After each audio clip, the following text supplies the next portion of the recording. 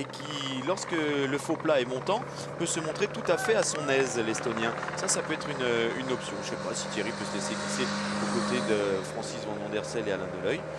Pas de souci, hein. On va leur demander leur avis là-dessus. Hein. Il y a l'option aussi de tout miser sur O'Grady. Je ne sais pas comment O'Grady aura récupéré de sa longue chevauchée d'hier. Si c'est bien remis, il peut demander à ses coéquipiers de lui emmener le sprint. S'il a encore un petit peu mal aux jambes, à ce moment-là, il faudra peut-être mieux essayer de viser par ailleurs, puisque l'équipe Cofidis dispose d'autres coureurs éventuellement pour cette arrivée.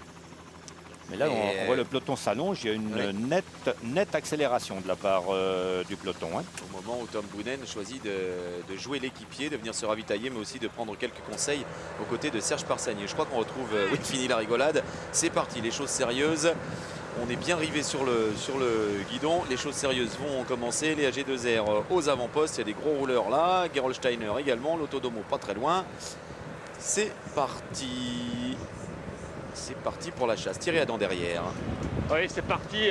3,35 l'écart à l'instant même. Il suffit que vous demandiez pour qu'on aille à la hauteur de Francis Van Ondersel. Mais je laisse passer Daniele Dardello qui s'était arrêté sur le bas-côté. Et donc, quand même, priorité aux coureurs, évidemment. Mais moi, je connais déjà la réponse, mais je vais quand même poser la question à Francis Van Ondersel. Aujourd'hui, s'il y a un sprint, vous allez forcément jouer votre carte parce que vous avez pris goût à la victoire. Ça passe pas, ça fait du bien. Et la carte, c'est quand même d'abord Stuart O'Grady. Bah oui, bien sûr, puisque le classement par points nous intéresse, puisque hier Stuart s'est rapproché des meilleurs dans le classement par points, dans le maillot vert. Donc effectivement, on va jouer la carte de Stuart O'Grady. Éventuellement Yannick Tombak parce que ça grimpe un petit peu, c'est un petit peu en pente ascendante. Oui, tout à fait. Éventuellement Yannick, mais Yannick va surtout travailler pour Stuart ainsi que Jimmy Casper. Ouais, Jimmy qui souffre de la fesse droite, on verra sa fesse droite à la télé ce soir. Elle est très jolie d'ailleurs. Il a demandé le médecin pour son dos, il a vraiment mal. Ouais, non, mais maintenant ça va mieux a priori. Le médecin lui a mis une pommade et ça va beaucoup mieux. Il m'a dit que tout allait bien pour le moment, donc je pense que c'était un peu dur en début d'étape, mais maintenant ça va mieux. Voilà, on verra la fesse droite de Jimmy Casper, alors que le peloton a sérieusement accéléré son allure, c'est une évidence.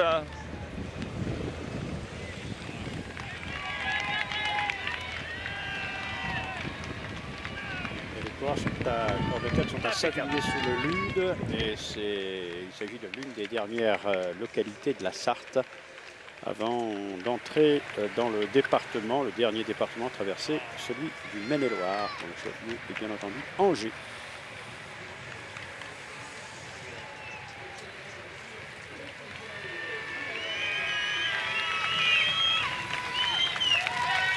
J'ai l'impression que il est tombé quelques gouttes de pluie, la chaussée peut-être mouillée, non, ça a l'air d'aller. Il y a quelques gouttes de pluie qui sont tombées. Cette route avec beaucoup de virages, il n'y a pas de côte, donc il n'y a pas de descente dangereuse, mais s'il pleut, ça va devenir très très périlleux. Et à 55 km de l'arrivée, 3 minutes, légèrement plus de 3 minutes d'avance pour les 6 hommes de tête, échappés depuis le kilomètre 21. Juan Antonio Flecha face à Bortolo, Kurt Hasley, Arvesen, CSC, Jimmy Angoulevent, Cofidis, Alessandro Bertolini, Alessio Bianchi, Marc Lotz, Rabobank et Carlos da Cruz, FDJeux.com.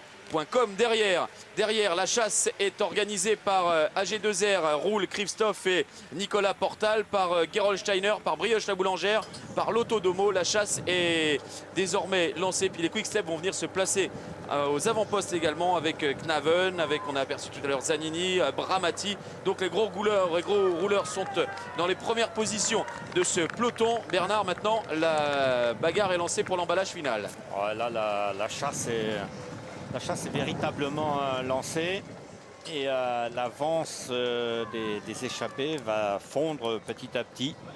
C'est toujours la même chose. Hein, lorsque l'on voit 2-3 équipes venir rouler en tête du peloton, mais il y a forcément une accélération. Et là, sont venus les Quick Step, les Lotto et les AG2R de Vincent Lavenu. Et bien, ça veut dire que maintenant, on ne doit plus rigoler dans le peloton. Ça va accélérer de plus en plus. Il faut se dépêcher d'aller chercher les bidons maintenant parce que dans un moment, ça va devenir beaucoup plus dur. Enfin, pas d'aller chercher le bidon, hein, de rentrer avec les bidons dans le dos. Et Laurent Dufaux s'y colle en ce moment. Vous voyez, ça va vite, ça a considérablement accéléré. C'est assez net, assez spectaculaire sur les images de Jean-Maurice Hogg.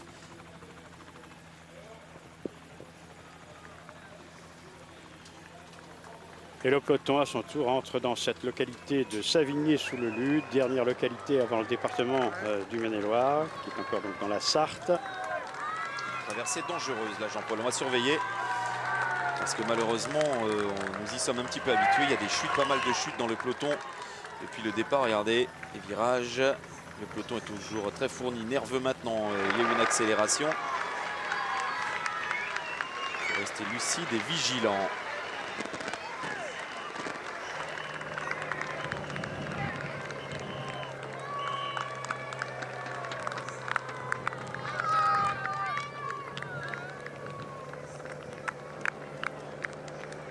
Apercevoir cette église d'origine romane qui possède un chœur gothique. Et nous sommes toujours en bordure de la forêt du Lude. Uwe Péchel, vous l'avez vu, a pris le relais des AG2R. Uwe Péchel, l'équipier de Danilo Hondo. Et puis de nouveau les AG2R. Quick Step maintenant. En tête, ça se relaye. Voilà, c'est assez clair maintenant. On veut aller chercher une victoire d'étape chez AG2R. Encore une troisième, pourquoi pas, pour la formation savoyarde AG2R Prévoyance après les succès de Kirsipu et Jean-Patrick Nazon. Mais on joue également le maillot vert dans cette équipe-là, puisque derrière McEwen se trouve Jean-Patrick Nazon et Kirsipu aux deuxième et troisième place. Regardez, le peloton très étiré, signe que ça roule dur derrière. Alors là, c'est vraiment pour un terrain sec ou pratiquement sec. Il semble qu'il y a quelques plaques d'humidité, mais pour un terrain sec, le peloton est vraiment très allongé. C'est signe qu'il y a une accélération très sensible de la part des équipes Lotto, Gerolsteiner, Quick Step et AG2R. À un peu plus de 50 km de l'arrivée, environ 3 minutes d'avance. Nous refont des pointages. Voilà, 3 minutes et 13 secondes d'avance exactement. Et Juan Antonio Flecha, lui, ne faiblit pas. On ne faiblit pas. On essaie de ne pas faiblir. Alors qu'on a vu Alain Deleuil donner quelques consignes à Jimmy Engoulevent, qui fait partie des 6 échappés. Laurent, mais derrière, ça revient fort. Hein. Ah oui, ça commence à sentir le roussi là, pour les 6 hommes de tête. Et d'ailleurs, au moment où Alain Deleuil donnait des consignes à Jimmy Engoulevent, il y a également passé 2 bidons. Je crois qu'on a compris aussi que le peloton allait revenir. Ces bidons, c'est bien Stuart O'Grady qui risquerait de les boire. Je crois que c'est aussi cela, la tactique. On essaie quelquefois d'économiser les coureurs, descendre à l'arrière du peloton, chercher des bidons. C'est des efforts. Il y a des coureurs qui font ça toute la journée sur le Tour de France, tous les jours, et qui n'ont pas l'occasion de pouvoir s'échapper parce qu'ils ont ce rôle-là à tenir. C'est important que de ravitailler son leader, et quand on est échappé devant, qu'on sait pertinemment que l'échappée voit l'échec, elle va être reprise. C'est maintenant une question de kilomètres. Très peu de kilomètres d'ailleurs à mon avis. Eh bien, ces bidons pourraient redescendre de l'avant vers l'arrière et servir de ce fait le leader du jour, Stuart O'Grady, pour l'équipe Cofidis. Mais malgré tout, l'échappée, on continue à se relier parce qu'on est sur le tour et parce qu'une échappée sur le tour, ça se respecte aussi. On continue jusqu'au bout, on sera repris, mais on ne baissera pas les armes. Et c'est aussi malheureux que de voir des images comme celle-là, où on sait, c'est cruel aussi, hein, de savoir qu'on va être repris. Mais là, c'est inéluctable. Le peloton revient très vite derrière, en moins de 3 minutes maintenant. La forêt du Lude.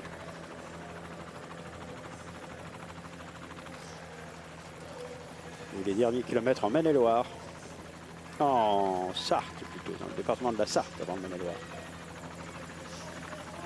Cette 6e étape qui traversait 4 départements français, Jean-Paul. Oui, commencer effectivement par l'Eure-et-Loire avec Bonneval qui a déjà dans le passé été vu le départ du Tour de France et également vu l'arrivée du Tour de l'Avenir. Thierry Adam est aux côtés de Vincent Lavenu, le directeur sportif d'AG2R Prévoyance, pour qui tout sourit depuis le départ du Tour. Même le directeur sportif qui arrive, le temps qu'on dépasse Thierry Maréchal bien sûr, qui va se remettre juste derrière la voiture.